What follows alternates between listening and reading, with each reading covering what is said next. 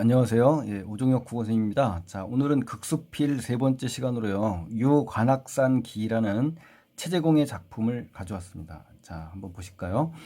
자, 여기서 관악산은 우리가 잘 알고 있는 산입니다. 관악산. 그리고 유는 거기에 직접 다녀왔다라는 거고요. 기는 그걸 갖다가 기행문 형식으로 글을 썼다는 겁니다. 여러분 아셨죠? 예.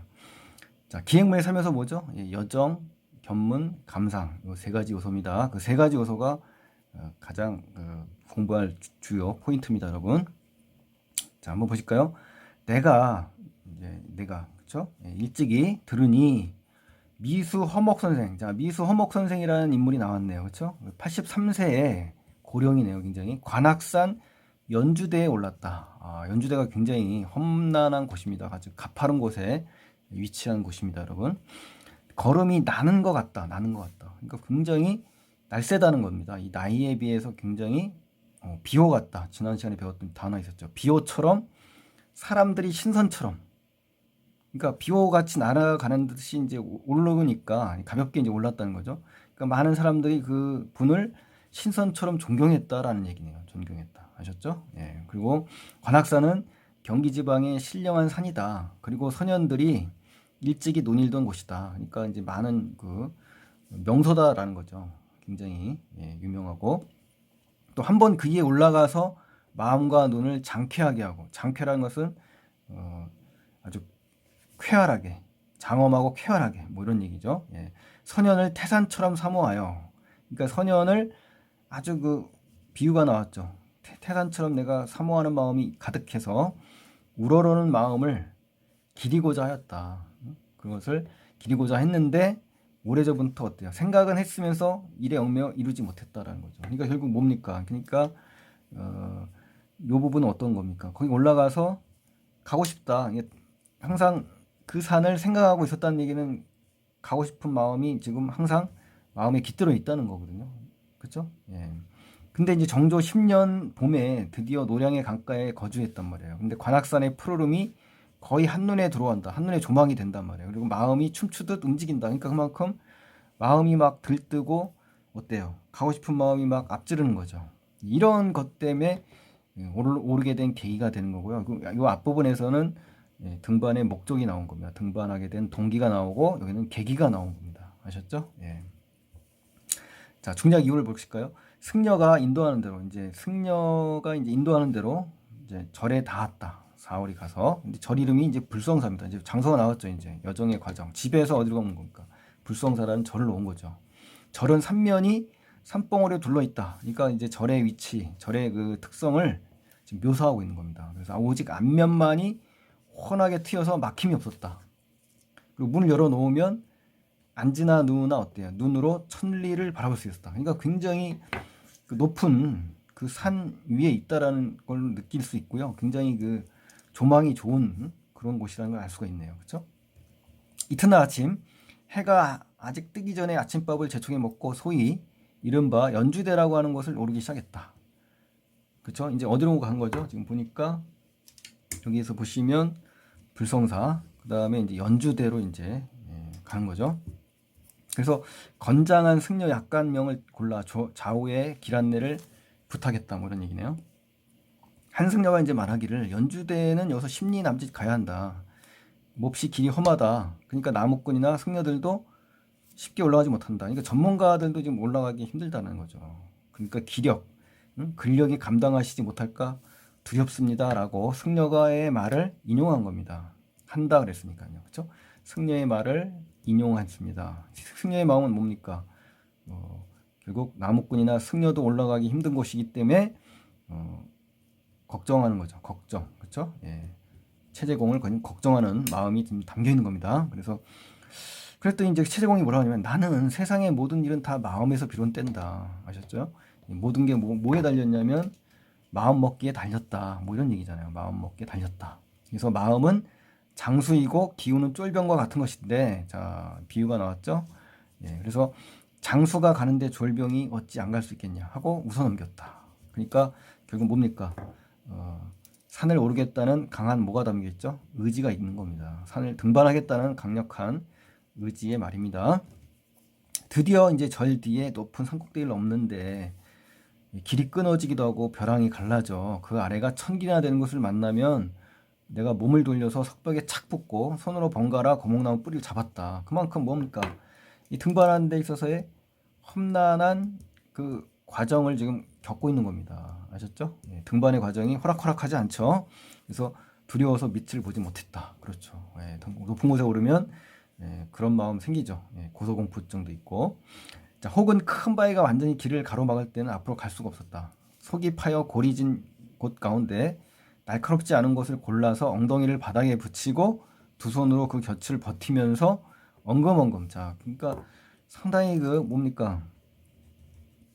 오르기가 상당히 힘든 그 험난한 그 과정 또 한 번 나왔죠. 예, 이 부분 엉금엉금 미끄러져 내려갔다. 이 장면이 상당히 고생을 많이 하는 그런 모습입니다. 그래서 바지가 걸려 찢어져도 돌볼 겨를이 없을 정도로 이와 같이 하기를 두어 번 겪으며 천신만고. 자, 그렇죠. 천신만고라는 단어가 여기서 이제 모든 걸 설명해 주네요. 이 한방의 단어입니다. 그러니까 고생 끝에 비로소 연주대에 도착했다. 그렇죠? 예, 그러니까 이 한자성어 이 천신만고가 바로 이 부분에 고생의 어떤 과정을 한 단어에 지금 집약을 시켰어요. 그래서 이 단어를 반드시 기억을 하시는 것이 중요하다라는 겁니다. 해는 이미 정오였다. 시간의 경과죠. 시간의 경과. 쳐다보니 나보다 먼저 연주대에 오른 사람들이 만길이나 되는 위에서 몸을 굽혀서 아래를 굽어본단 말이에요. 그러니까 흔들흔들하여 마치 당장이라도 떨어질 것 같았다. 그렇죠. 굉장히 그 생동감 있는 표현입니다. 정신이 아찔하다. 머리칼이 쭈뼛쭈뼛하여. 자, 음성 상징어예요. 똑바로 볼 수가 없다. 그래서 수행원을 시켜서 수행원은 이제 보디가드라고 할 수 있습니다. 따라오는 그 사람들이에요. 예. 시켜서 높은 소리로 조심하시오 위험합니다라고 외치게 이제 시켰다는 겁니다. 최재공이. 그리고 나는 힘을 다하여 곱사처럼 등을 구부리고 기어서 마침내 그 정상을 정복하였다. 그러니까 천신만고 끝에 정복을 했네요. 그죠? 예, 정상에는 돌이 있었는데 평평합니다. 그래서 수십 명이 앉을만 한대요. 그래서 그 바위 이름을 차이람이라고 한대요. 차이람. 차일이라는 거는 이제 햇볕을 가린다는 뜻입니다. 햇볕을 가려주는 바위다. 그러니까 사람들이 이곳에 앉아서 차이를 펴서 예, 거기 앉아서 쉬어가는 그런 바위라고 합니다. 그러니까 여기도 나왔습니다. 옛날 양녕대군이 왕위를 사양하여 관악산에 와서 머무를 때 간혹 여기에 올라와 대궐을 바라봤대요. 양녕대군은 누구죠? 우리 그 세종대왕의 맏형이잖아요. 그렇죠? 예, 근데 왕위를 사양하고 세종에게 양보한 겁니다. 그리고 나서 간간히 관악산에 올라와서 대궐을 바라봤다고 하네요. 그래서 해가 뜨거울 때 오래 머무르기 어려우니까 작은 장막 이걸 치고 앉았다고 합니다. 그렇죠. 당연히 햇빛 가리개가 필요하죠. 그래서 바위 구석에는 꽤 오목하게 파놓은 구멍이 또 4개가 있대요. 이 4개가 바로 뭡니까? 장막을 안정시키기 위해서, 이제 고정시키기 위해서 기둥을 세웠다는 것이죠. 그렇죠? 그래서 구멍이 지금도 어때요? 완연하다. 완연하다는 것은 아직도 뚜렷하다. 그 대를 연주대라고 한다. 그러니까 지금 연주대라는 거에 대한 뭐가 나온 겁니까? 이 명칭에 대한 유래가 나온 거죠. 이름을 부르게 된 내력이 나온 겁니다. 내력이. 그래서 또 이 연주대뿐만 아니라 이 차이람의 명칭 유래가 나온 겁니다. 연주대와 차이람의 이름이 만들어진 내력이 지금 제시된 겁니다, 여러분. 연주대가 구름과 하늘 사이에 높이 솟아 스스로 내 몸을 돌아보니 천하 만물이 감히 높음을 겨루지 못할 것 같고 사방에 보이는 여러 산봉우리들이 시시하여 비교할 것이 못 된다. 그만큼 굉장히 뭐한 겁니까? 호연지기를 느낀 겁니다. 우리 호연지기. 자, 호연지기의 그런 감회를 지금 느낀 겁니다. 화자가요. 또 오직 서쪽 끝에 쌓인 기운만은 한없이 높고 아득해서 하늘과 바다가 서로 맞닿 왔다. 그러니까 결국은 하늘과 바다가 서로 붙어 있는 거다. 그러니까 끝이 보이지 않는다는 거죠. 그렇죠? 예. 그래서 하늘이라고 보면 바다고 바다라고 보면 또 하늘이니 누가 하늘과 바다를 분별할 수 있겠는가? 뭐 이렇게 하면서 계속 감상이 나온 겁니다. 감상. 그리고 한양의 성과 궁궐이 밥상을 대는 것까지 분명히 보인다. 그러니까 우리 이 작품에는 특히 그 비유가 많이 나왔죠. 예. 그래서 여기서도 보시면 밥상을 대하는 것 같이 분명히 가깝게 보인다. 뭐 이런 얘기고요. 소나무와 전나무가 고리처럼 둘러서 빽빽하게 들어찬 곳은 경복궁의 옛 대궐이라는 것을 쉽게 알아차릴 수 있었다. 근데 그 정도로 가깝다는 얘기입니다. 그리고 양녕대군이 오락가락 돌아보면서 마음속으로 그리워하던 일은 비록 100대 후라도 그 마음을 상상할 수 있었다. 그러면서 양녕대군의 그러한 삶의 모습을 여기서 상상하는, 그 마음을 상상하는 최재공의 모습을 볼 수가 있습니다. 나는 바위에 기대어 시경의 시를 낭낭하게 외워봤다. 시경의 시를 인용한 겁니다. 우리 공자가 쓰신 사사삼경 아시죠? 그 중에 이제 시경에 이제 시가 있는데 그 시를 여기에 읊은 겁니다. 그래서 산에는 개암나무, 진펄에는 감초풀. 그 누구를 그리워하는가? 그죠? 개암나무와 감초풀은 누구를 그리워하는가? 서방의 아름다운 사람. 이게 서방의 아름다운 사람이라는 것은요, 서주의 문왕을 얘기합니다. 서주의 문왕. 아셨죠? 예, 그래서 굉장히 그 정치를 잘한 그 성군입니다. 우리 성군. 아셨죠? 그래서 저 아름다운 사람. 이 아름다운 사람은 미인이잖아요. 우리 삼위인곡 보셨죠? 삼위인곡의 이 미인 누구 의미했죠? 왕을 의미하죠. 왕. 그래서 여기서도 마찬가지입니다. 이 서주 문왕을 의미하는 겁니다, 여러분. 그래서 서방의 사람이여라는 이 표현을 쓴 것은 최재공이 어떤 겁니까? 바로 임금에 대한 뭔가요? 임금에 대한 어떤 그리움, 그렇죠? 임금에 대한 그리움. 뭐라고 하죠? 우리 한자로.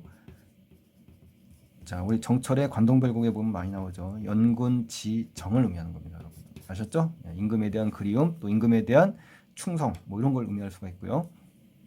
이에 숙현이 이제 물어봤어요. 이 숙현이라는 사람은 이제 같이 사는 이웃 마을에 사는 사람입니다. 아셨죠? 이숙현입니다. 그래서 그 노랫소리에 그리움이 있습니다. 그리움의 정서가 있네요, 이 말이죠. 임금을 그리워하는 것은 옛사람이나 지금 사람이나 무엇이 다르겠습니까? 라고 물었어요. 그랬더니 이제 최재공이 이제 대답을 합니다. 그러면서 임금을 연모하는 것은 사람으로 떳떳한 도리다. 마땅한 도리다 이거죠. 이게 지금 어떤 의미입니까? 바로 유교적인 유학자의 전형적인 뭡니까? 면모가 지금 드러난 거죠. 그렇죠? 예, 유학자의 전형적인 면모죠. 원래부터 옛사람이나 지금 사람이나 다를 것이 없다. 다만 내 나이가 67세이니 허미수라는 건 허목입니다. 허목. 맨 앞에 나왔던 인물 허목이죠. 그때 나이에 비하면 이제 83세라고 그러잖아요. 그러니까 오히려 16살이나 내가 아래다 이거예요. 그런데도 그분은 걸음걸이가 나는 것 같고 나는 힘이 다 하고 숨이 차서 간신히 올랐으니 이건 뭡니까? 그 최재공이 이제 허목과 뭐 하는 거죠? 비교를 한 겁니다. 비교를. 그렇죠? 자, 도학과 문장이 옛사람과 지금 사람이 같지 않은 것은 이상할 것이 없으나 이 말은죠. 이제 도학과 문장, 이제 학식적인 교양이라든가 학문이 이 허목과 비교해서 내가 떨어진다 이거죠. 그건 이상할 것이 없다. 당연하다 이 말이죠. 근데 이 근력이라는 거는 체력을 의미하는 거잖아요. 체력. 산에 오르려면 체력이 있어야죠. 그 근력이 그 사람 허목과 같지 않으니 어찌 이렇게 다르냐 하면서 뭔가 굉장히 자신의 안타까움. 그러니까 산을 오를 때 체력적으로 허목보다 훨씬 못한 거에 대한 안타까움을 좀 한 겁니다. 학문 수양에 대해서는 문제 삼지 않잖아요. 하지만 체력만큼은 오히려 나이가 16살이나 아래인데도 불구하고 이 근력 면에서도 딸리니 그건 정말 안타까울 따름이다라는 이야기를 하는 거죠. 그래서 하늘의 신령한 도움을 힘입어 내가 만일 83세까지 산다면 자 뭡니까? 가정을 한 거죠. 가정. 비록 가마를 타고서라도 그렇죠. 이 산에 오를 때 이제 가마를 타고 올라갔었나 봐요. 당시에도 그렇죠. 예, 현재도 중국 아주 3, 4천 미터 산인데도요.